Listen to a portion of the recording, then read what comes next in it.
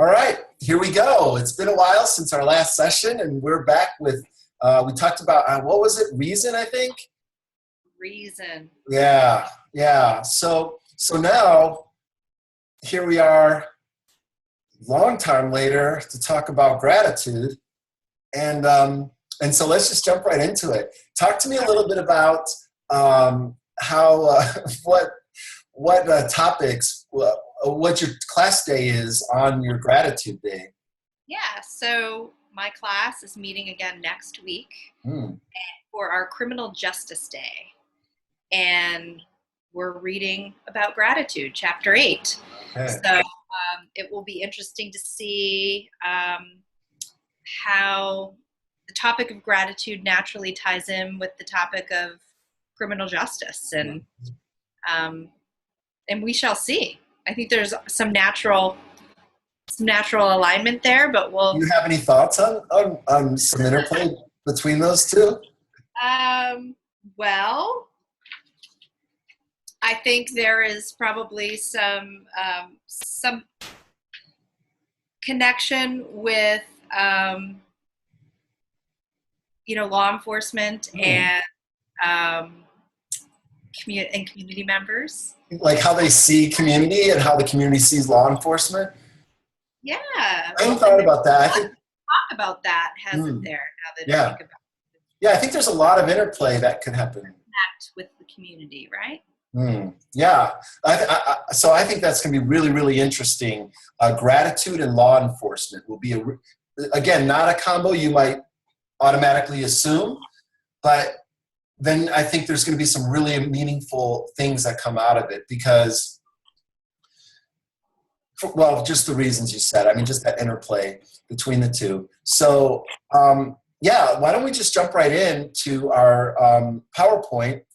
One thing I did want to say, too, is like imagine if reason was connected with law enforcement and gratitude was connected with healthcare. Like that would those combinations would also work. And I think that after you experience the model, you realize that all those connections are relevant. And so anyway. Well, I'm actually just thinking back to our Criminal Justice Day last year. And part of the day we visit the local House of Correction and jail. And part of that is we spend some time speaking with some inmates about their experience. And now thinking about the discussion from last year when we didn't have the positive leadership curriculum, there was a lot of discussion from the inmates of being grateful about their life and they're turning their life around and having a second chance. And, so I'm sure gratitude is actually going to fit just nicely with the day. Good. That's really cool. Are you going to be visiting with inmates again or talking with any? Yeah, we are. Yeah. So, yeah, I think it'd be really cool to, don't forget to send out the 2-page chapter summaries. I won't. All right, good. So let's pull up the PowerPoint. Let's talk through it again because it might have been a while for people. I don't expect you to use these PowerPoints as is, although you could pull out some slides from it. I've misplaced my gratitude. Okay, here we go. So, screen share.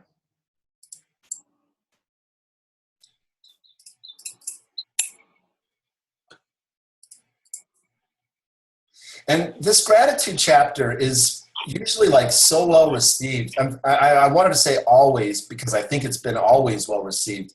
But, I just have to allow for the fact that maybe somebody's ungrateful for gratitude chapter. So, again, it's the 7th capacity. And I really had a hard time coming up with the image for it. It's hard to see. Let's see if the next slide has it. Yeah.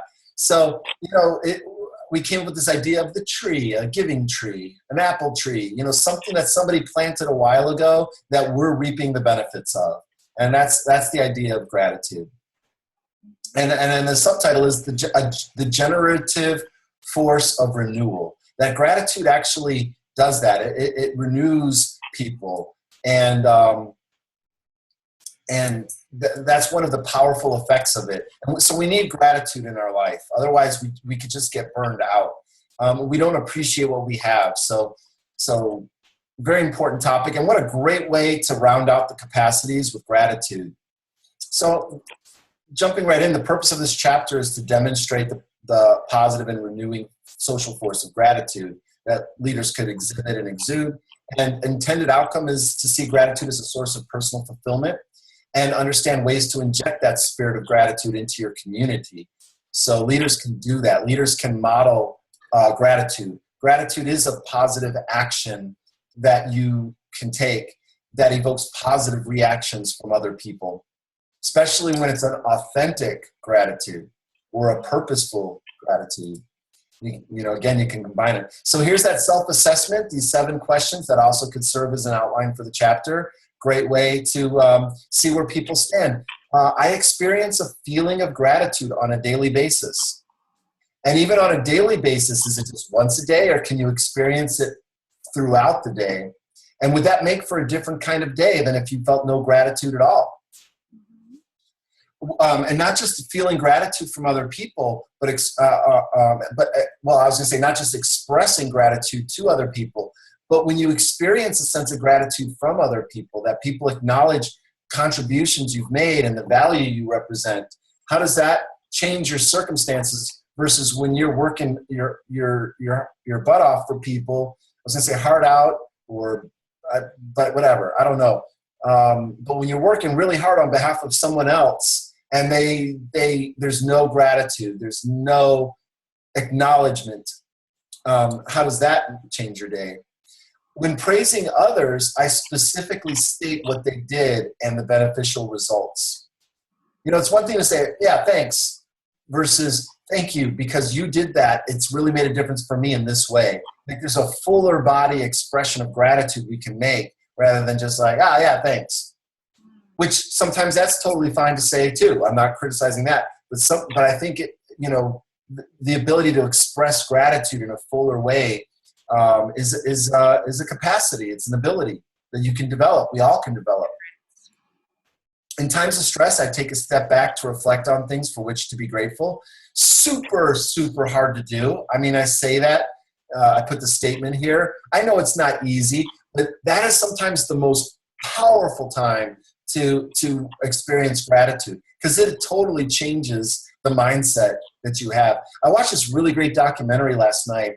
It was called Top Spin, and it was about table tennis players. I wanted to say ping pong players, but after watching this video, I learned that it's table tennis and not ping pong. And they showed this young man. He was one of the youngest United States champion, the youngest United States champion ever, and he's one of the characters they followed as in his quest for the 2012 Olympics. And I don't want to do a spoiler for you, but I have to make the point. He doesn't end up making the team, and you kind of are sad for him because you grow to like this guy throughout the video, and you can imagine how dashed his hopes were, and there's this little segment where because they also interview his parents who are very supportive of him, and after his loss, he calls his mother, and he's crying, and he says, "I'm so thankful to you and Dad for all the support you've given me and just to have allowed me to have this experience." How different is that than that feeling of despair and that feeling of loss and all that blame and all of that comes with it. To have an expression of gratitude. And a real feeling of gratitude. It just transforms the experience. It transforms the relationship. So it's powerful. Yeah. People experience my acknowledgement of appreciation as authentic and heartfelt. Because I've received gratitude or expressions of gratitude that I'm not saying they were lying, but it just didn't feel very heartfelt. And compared to when I really experienced somebody expressing gratitude in a heartfelt way, in an authentic way, it's two different experiences, completely different. I always give credit to those who contribute to my success, and always is one of the always is. I'm having a power. Let me just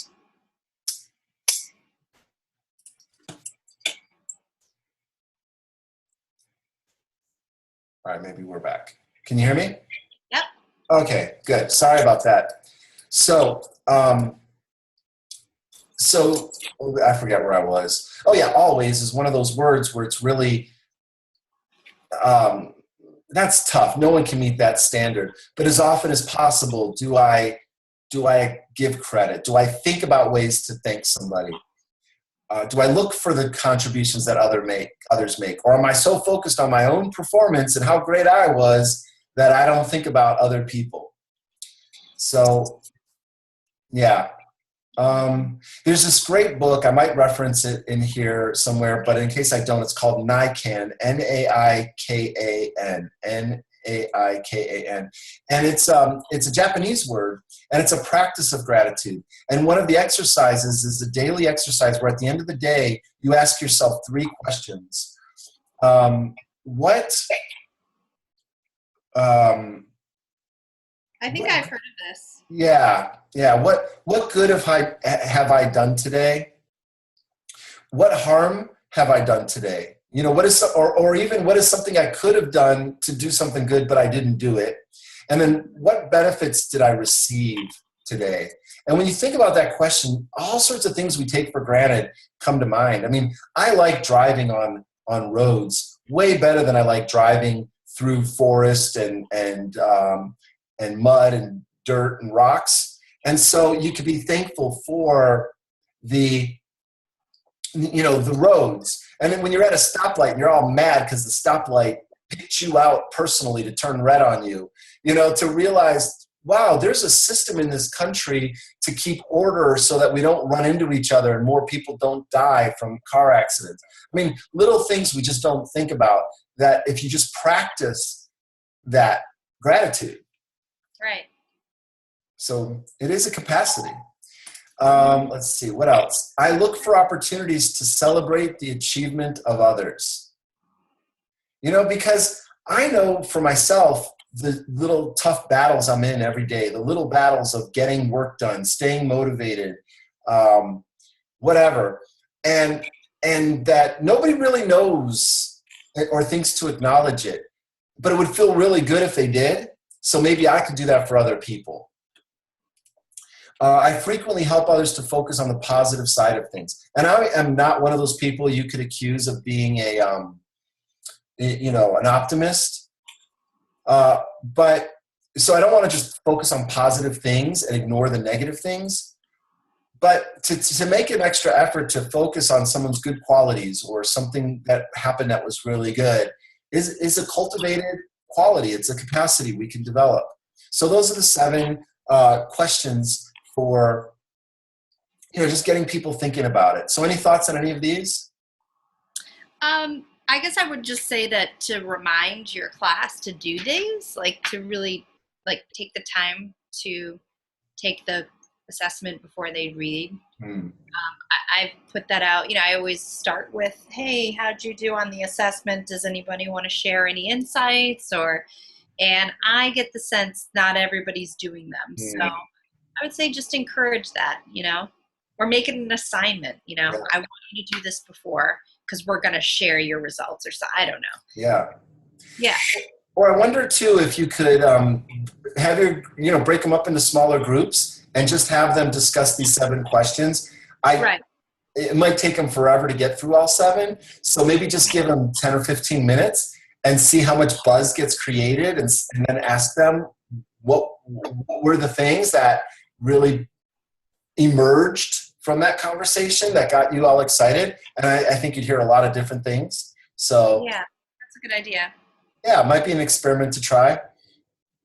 Very good. All right. So what is gratitude? Gratitude, what do you like when you experience gratitude? I'm a better version of Adam when I experience gratitude than when I feel ungrateful or resentful. I'm a totally different person. It's like absolutely different people. How do you feel? What do you think? How do you behave? What do you like when you receive gratitude? So let's see. I like these quotes. By experiencing and expressing gratitude, people can transform themselves and, by extension, the larger units within each within which they are embedded, becoming more creative, knowledgeable, resilient, socially integrated, and healthy. Those are pretty good things to have. Organizational and community transformation occurs because each person's positive emotions can reverberate through others. In part, this is because emotions are contagious. When people act on their experiences of gratitude, for instance, they create meaningful situations for others. So I like weaving in quotes, and I think this one expresses the value of gratitude. So I like to look at gratitude from different angles. So one is appreciation, and I'll just lay these out here. I want to kind of keep it concise, and I don't need to read every line here, but and these are all in the book. So gratitude, one way to think of gratitude, and probably the most top of mind way to think of it, is as appreciation. Gratitude is when you appreciate. Gratitude means celebration. That's another way to think about gratitude. You're celebrating something. So, just some of those points there that you could look at. And then you see these little characters. I don't know if I ever told you this, but we call them Oompas. That's what we call these little guys. So they're Oompas. And so you see the Oompas helping each other over the wall. They're reciprocating. They're paying back favors. They're each helping each other. And so gratitude means reciprocate. And, when somebody doesn't reciprocate, and this is one of the few things of human nature that's almost universal. There's not a lot of things that are just universally human. But one of them is that every culture has bad words for people that don't reciprocate.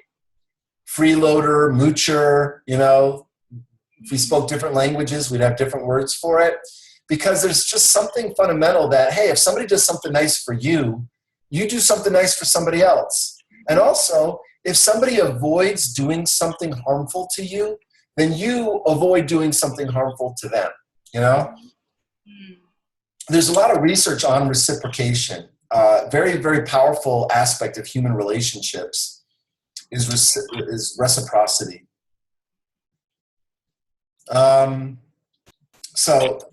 Some thoughts here that are also in the chapter. I'm just rephrasing them here, and we'll move on.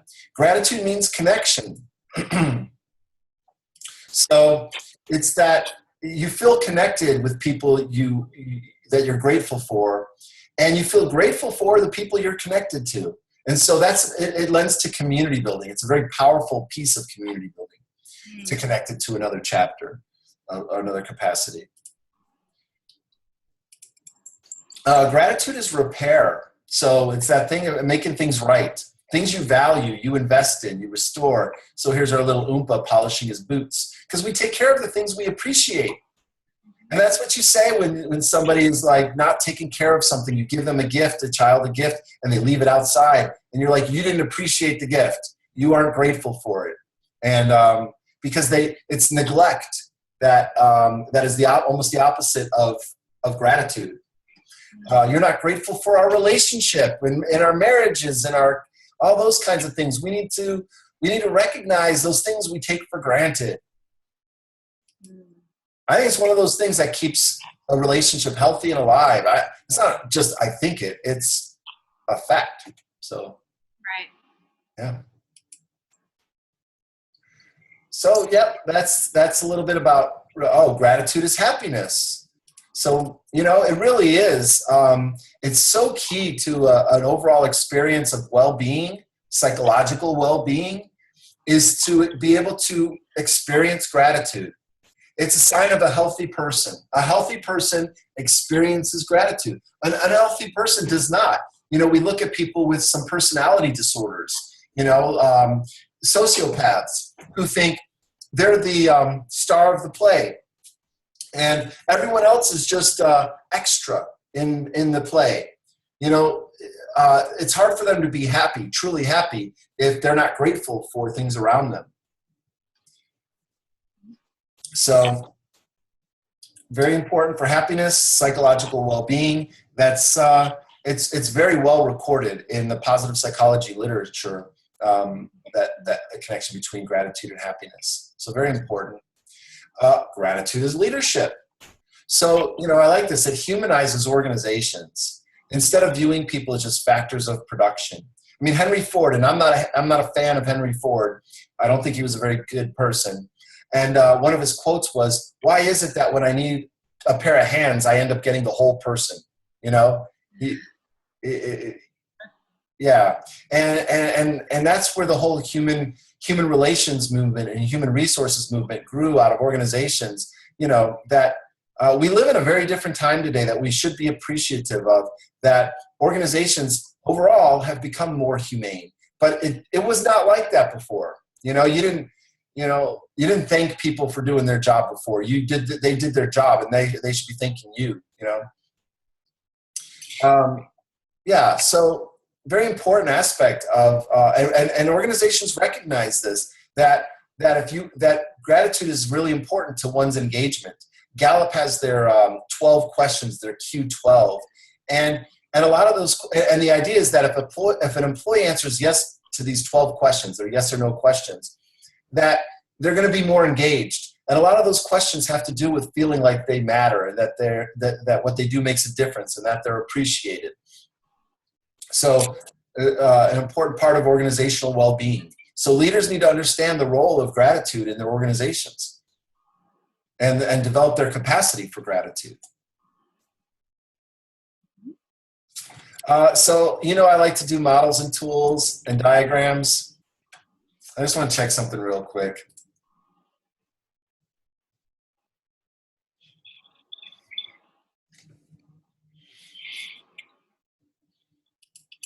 I just need to check something. All right. Yeah, for a minute there, I thought I didn't hit record. Oh my goodness. But I did. So everybody watching this is going to go, "You idiot." We keep talking. And I would say, well, feel grateful for the fact that I had thought enough to double check.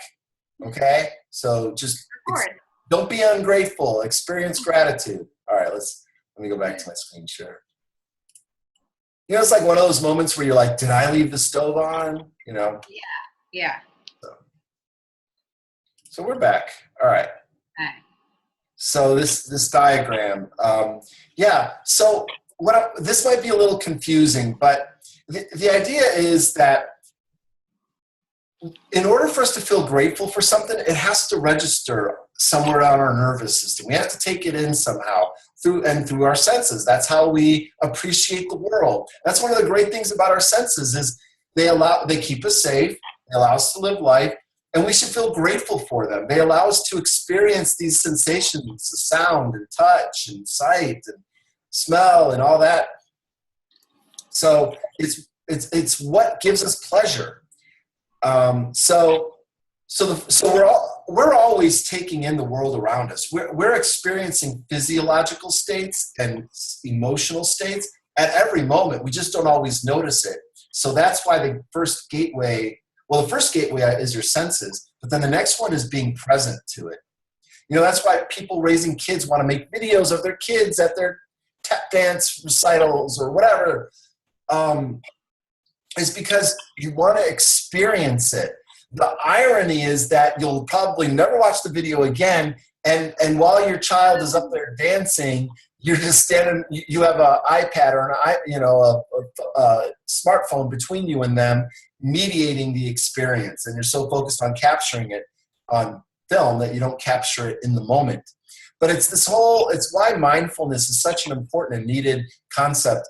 Is life is just whooshing by us faster than ever before, and so, you know, really to have that presence of mind, to be there in the moment, right, is an important thing to cultivate.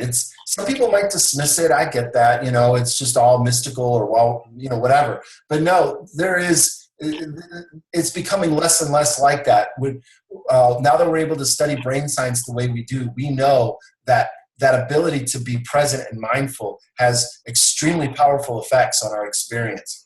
So when you're present, you can observe. And this is also part of meditation. Is people think meditation, I don't know, some people think it might just be, you know, oh, you're in some different transformative state or whatever. No, it's paying attention to what's happening while it's happening. That's one of the best definitions I ever heard of meditation. I think it comes from a book called Diamond Mind. But it's paying attention to what is happening while it is happening. And then to recognize the valuable things, the cool things, the things that you weren't entitled to, but you ended up getting. And then to express appreciation for those things. You know, it's when you get customer service where somebody went out of the way to solve your problem, when they could have just said, you know, not my problem, sorry, can't help you. Unfortunately, I hate that word. Unfortunately, you hear this come out of the mouths of every customer service rep. I actually say, fortune has nothing to do with it. This wasn't random chance. This is a policy that someone came up with on purpose. It's not fortune. So don't say unfortunately. Right? Right.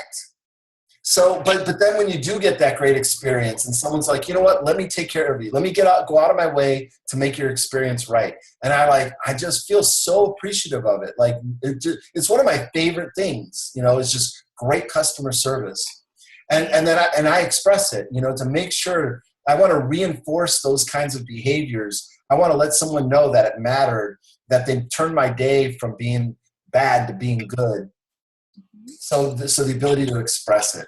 So that's the model. That's the overall model. What do you think of that? I think it's great. I mean, I think one thing I really appreciate about all of the chapters is that you kind of take it to the next level, right? So it's like we could talk about gratitude just from,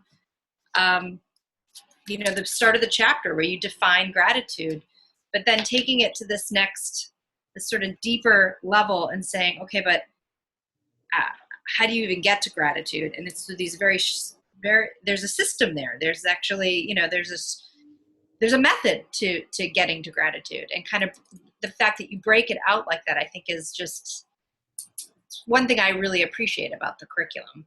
And it's not just a chapter, it's in other chapters where you just take it to that next level and define in a way that, you know, and I think that is helpful for different people learn in different ways. And so defining it to that detail, I think, is really great. Did you plan that? Did you plan to do an act of gratitude? I didn't. I believe you. And I just want to tell you that it felt really, really good because I put a lot of work into these chapters. I mean, you know, you just got to imagine I'm sitting there, you know, really working hard, and I'm reading things. I'm gathering a bunch of different information from different sources, and I'm trying to pull it together. And that doesn't, once in a while that gets acknowledged. And I don't do it for the acknowledgement, but I will tell you, it is a really great reward. It is like, that is the best reward I could have for all that effort that I put into this. You know, I'm sitting here, I didn't draw these designs, but I'm going back and forth with my graphic designer, trying to explain what I'm trying to communicate. And I'm editing the chapters, and I catch a typo, and my heart sinks a little bit because it's not perfect. And so all those little things are happening. And yes, I am trying to take it deeper. That's exactly what I'm trying to do. It's what I'm trying to contribute to this body of work. And to have have you express that really means a lot. I'm filled with gratitude for that, for you to say that. So thank you. So yeah, we just did a live demonstration of gratitude. How cool is that? So then I go through each one. Presence is being in the moment, in the now. It's the culprit undermining presence is our mind and the chatter, the constant chatter that we don't even know is going on all the time. The obligations we're trying to meet, the imperfections we're judging ourselves for, the distractions of entertainment and all this stuff. I mean, so the mind is the biggest culprit. And so being mindful is the practice of being aware where your mind goes and constantly bringing it back to that present moment. So that's what we're talking about here, to be present. And presence allows us to take in an experience of paying attention to what is happening while it is happening. I want to say something too. Let me finish this point. Presence is about bringing your mind to what your senses register in the current reality. So again, just a little reason why this chapter follows reason. You know, there's a sequence to the chapters. that are subtle, and I understand that, they're not obvious. So that's an example of that. But what I want to say about presence is, if you read about presence, or the way people talk about presence and leadership, what they're really talking about is the charisma and the gravitas of the leader. Do they have presence? If they show up, are they somebody, a force to be reckoned with? That's kind of what they mean by presence. And that is so opposite. It's so old school in terms of leadership. It places all the thing about the prestige of the individual at the front of the room, and why everybody else should be, somehow, looking up to the leader. And instead, I think we need leaders who show up and they absorb the presence of the other people and what's going on around them. To not be so focused on themselves and their gravitas and importance, but to instead to be present, to recognize the importance of the community and the reality in which it exists and the direction it's trying to go.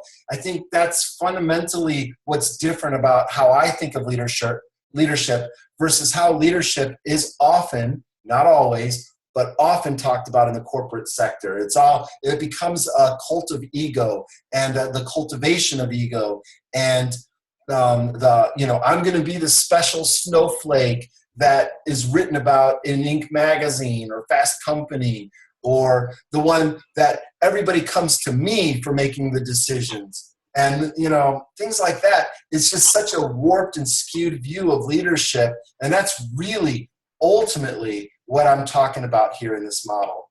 I don't get to say that very often. So that is a soapbox. I don't expect everyone to agree with it. I get that. That's fine. That's why people are free to accept, reject, or adapt anything I say. But it is wholeheartedly what I believe in regards to leadership. I would agree with you on that. Yeah, we need that. We need community leaders who are present. And then good things can happen from there. But if you're absent, if you're avoidant, then you could forget about these next three things that we'll talk about here. So let's move into it. Observe. Observation is dependent upon presence. Only when you are collected in the moment are you able to truly observe the world around you. When you observe it, you're able to catch the little things that mean a lot. And those things that you might miss that we talked about in the reason chapter. And it's difficult to observe when we're not still. And the world is making us crazy. It's not an individual fault. It's our environments really are kind of making us sick in this sense. They're making us hyperactive and overloaded and overwhelmed and overstimulated. I have a question for you, Adam. Yeah. When I was reading the chapter, I felt like presence and observe were kind of together in a lot of, like, there was some overlap. Yeah. The two in a lot of ways. So I wondered if you could explain to me how you see the difference between these two phases. Yeah. So they're so closely related. There's not a lot of space between them. But in order to observe, you have to be present.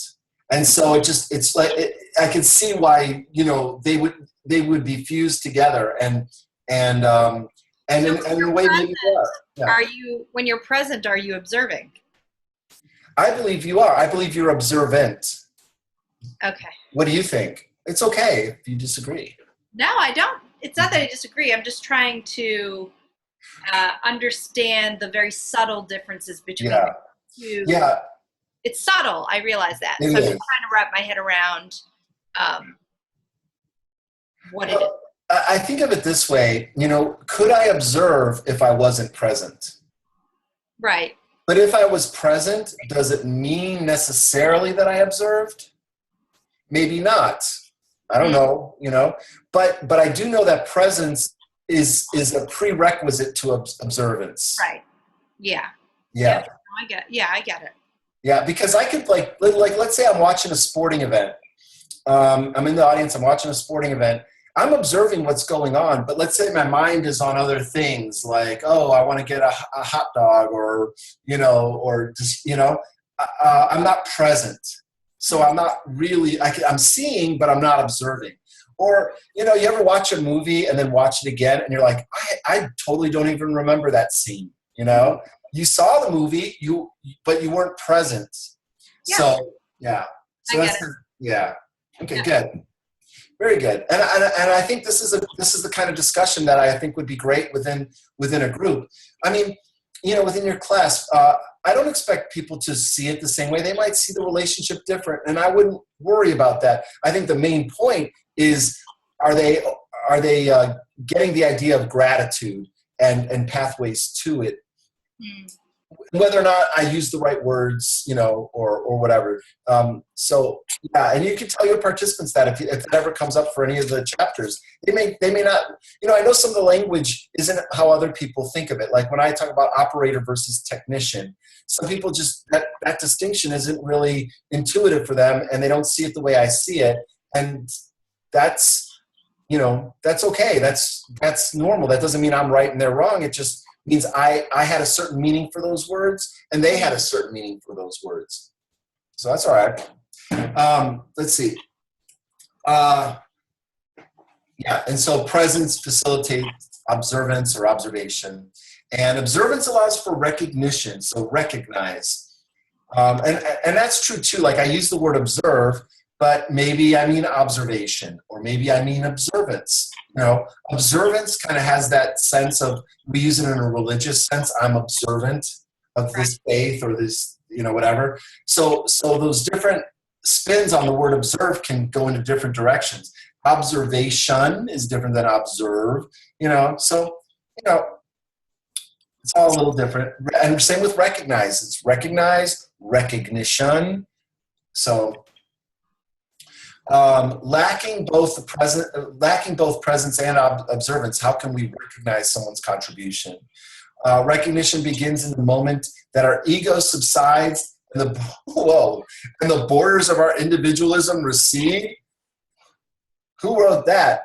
Well, you know, but there is, yeah, I know, but there is that ego element that I'm talking about here, that, oh, I'm over here and I'm the special snowflake, and you're out there and I could criticize you. You know, instead it's like, oh, wait a minute, how does what you do affect me? Anyway, I like that statement, but it's just pretty, you know, out there. But anyway, but I totally agree with what it says. Our egos get in the way of being able to experience gratitude. Yeah. We recognize in such moments that we are not the center of the universe, but part of something greater. That is required for gratitude. You know, that it is a personality disorder that doesn't recognize that they are part of the whole, that they're incapable of recognizing it. Or it's also a sign of, like, you know, immaturity. So anyway, this recognition reveals daily life is not a play in which we are the star. And since I wrote this, there's this word I discovered called sonder. This guy made up the word sonder. He makes up words to describe experiences that we don't really have words for. So if you check it out, it's called the Dictionary of Obscure Sorrows. And so this one obscure sorrow he named sonder, S-O-N-D-E-R. And what it means is, sonder is the realization that other people are living lives as vivid and as complex as yours. You know, when you're driving in your car and you're like, I have to get somewhere, you're hyper-focused because you're going to be late, and you're like, oh, why are you driving so slow, you idiot?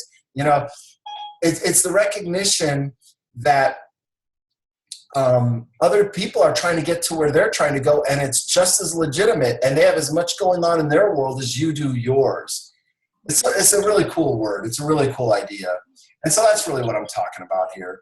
And I've had, I'm prone to this too, where I get, like, I'm at a bank and I'm waiting in line and I'm like, I wish that stupid person at the teller would hurry up, so that the real important bank transaction could happen. You know what I mean? And it's ridiculous. His or her transaction, sorry, Siri thinks I'm talking to her. I don't know what's up with that. But there's all these technical issues today. Anyway, and some of them are of my own making. But it's that recognition that that could be me in a different body right up there wanting to take care of something. That person's life is as valid and as legit as mine. I do wish they'd hurry up. No, I'm just kidding. All right. So anyway, and then to express. And then this is the kind of, part where this, because all these other three are internal. They're internal states that lead to this external ability to communicate gratitude, to express gratitude, without which our gratitude is weaker. I mean, I think that these three things are what's happening in presence, observe, recognize, are what's happening before we really express gratitude. Like that very nice thing you said about me. You were present to our discussion and the diagram we were talking to at the time. You observed, hey, to do this required certain thinking. And so you recognized that, and then you expressed it. There's a lot of times where I'll do these three things, but I never express it. Like somebody will come later and say, you don't appreciate me. And I'm like, oh my God, no, if you only knew how much I appreciate you. And that's the thing. I never expressed it. How would they know? Right? Right. So like in marital relationships, I don't know why I'm playing marriage counselor today, but it's, it's like, no, I totally appreciate all the things you do for me. Why aren't you wearing your mind reading cap to know that, we need to express it. So this just because I'm in a creative mood now, this kind of looks a little bit like a neuron where, this part where it says express is the synapse that leads to the next neuron. And you and I are neurons. That's the human interaction. That's the connectedness. We affect each other this way. Anyway. Yeah. I'll bring it back down. So recognition does not necessarily mean you expressed your gratitude. So you might have recognized it, but you didn't express it. And that's a little confusing. Like there would be another point of confusing because, well, isn't recognition the same as expressing gratitude? And yeah, there's not a lot of space between them and there may even be some overlap, but they're not one and the same. We cannot recognize if we haven't observed okay, so I'm just taking it through the chain of what I already talked about. And so we have so much more capacity we can develop for perceiving and expressing gratitude. And I don't think it would ever be time wasted to do that, to spend time developing this capacity. I think there's a lot worse ways you can go about spending your time. So here's the NICAN idea. What did I receive? What did I provide? And then what troubles have I caused? Because I can think about things like I got a little selfish and I rushed to get to the line at the grocery store when I saw somebody else was also walking that way. I never did that, but I'm sure somebody did. No, just kidding. Having a gratitude journal, writing a gratitude letter, apologizing when you have wronged somebody, volunteering to, of your time, of your talent, of your treasures, someone or some combination of that is an expression of gratitude. So yeah, that's the gratitude chapter. There's so much rich discussion you could do with it. There's a lot of things that programs can do, like because it's at the end of towards the end of the program, people might save the gratitude for the last class day. Or, one program I remember described how their gratitude day was actually on a day that they learned about the Native American tribe in their area, and that the tribe would host the leadership program, and they would prepare food and entertainment, and they would say, we're doing this to express our gratitude for the impact we know you're going to make in the community. Because of course, a lot of your graduates will move into nonprofit boardsmanship or volunteer more, or play a more active role, which is one of the really important things that community leadership programs do, is really infuse a community with leaders. And that's why I write Positive Leadership. That's why I do it, because I know that those people through our programs that are going to go into those communities, they can make a real difference. And I want to increase their capacity for doing that and their enjoyment of doing it. All right. Right. Very good. Yeah? this is not aligning with our last day. Yes. Um, So tell me what you have left in your program. You have your gratitude and the law enforcement day is coming up right. soon. And then we have we have a final day. It's a wrap-up session. Good. Where our class will come together and do some presentations on some project work they've been doing in the community. And then we'll spend the rest of the day kind of processing the year and getting feedback and Okay, so a couple things. perspective of the positive leadership curriculum overall. And yeah. Here's what I think would be interesting because I've heard this happening with other programs when they do their community projects that they present at the end of the year. Not all programs do that, but a lot do. Do they on their own organize their presentation around the capacities of positive leadership? Because I've seen this happen with other programs where it becomes the way that they organize their presentation. They talk about the authenticity and then the purpose and then the advocacy and then the resilience and then the community building and then the reason and then the gratitude.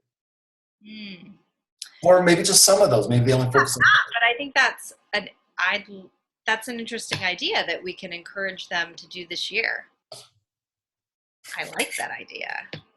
Now, would you suggest that each group focus on a particular capacity, or have them choose as a team, or how do you see that playing out when they're doing their presentation? So part of me wants it to just happen spontaneously without you even encouraging it and see if it happens. See how many groups are there? 5. So see if one of those groups actually does it that way, and then if the other groups go, we should have done that, you know? Yeah. Or maybe more than one does it that way. Oh my gosh, they stole our idea. Yeah. So, and then if they don't, then next year suggest it. So if you can bite your tongue and just kind of like let them either discover it for themselves or not, that would just be interesting. If you're up for the experiment. It would be an interesting case. Sometimes secrets are good. Yeah. All right, I'll think about that. Think about it. All right, so are we going to talk again, or is this it? Are you done with me? Well, there is a conclusion, right? Yes. Do you want to conclude? Yes, let's do conclusion. All right. We'll do that next time. And again, as always, thank you for, you don't have to do this. You're taking time out to kind of allow other people to learn from your first year journey with positive leadership. So that's my gratitude for I you. appreciate that, but it's very helpful to me. So I am also very grateful for your time. So as a first year piloting this, it's helpful to talk it through, and so this has been a really great experience. You're better at gratitude than I am. You're good at it. So, all right. Well, we'll leave it there. And thanks again. We'll talk soon. All right. Thank you. Thank you. Bye.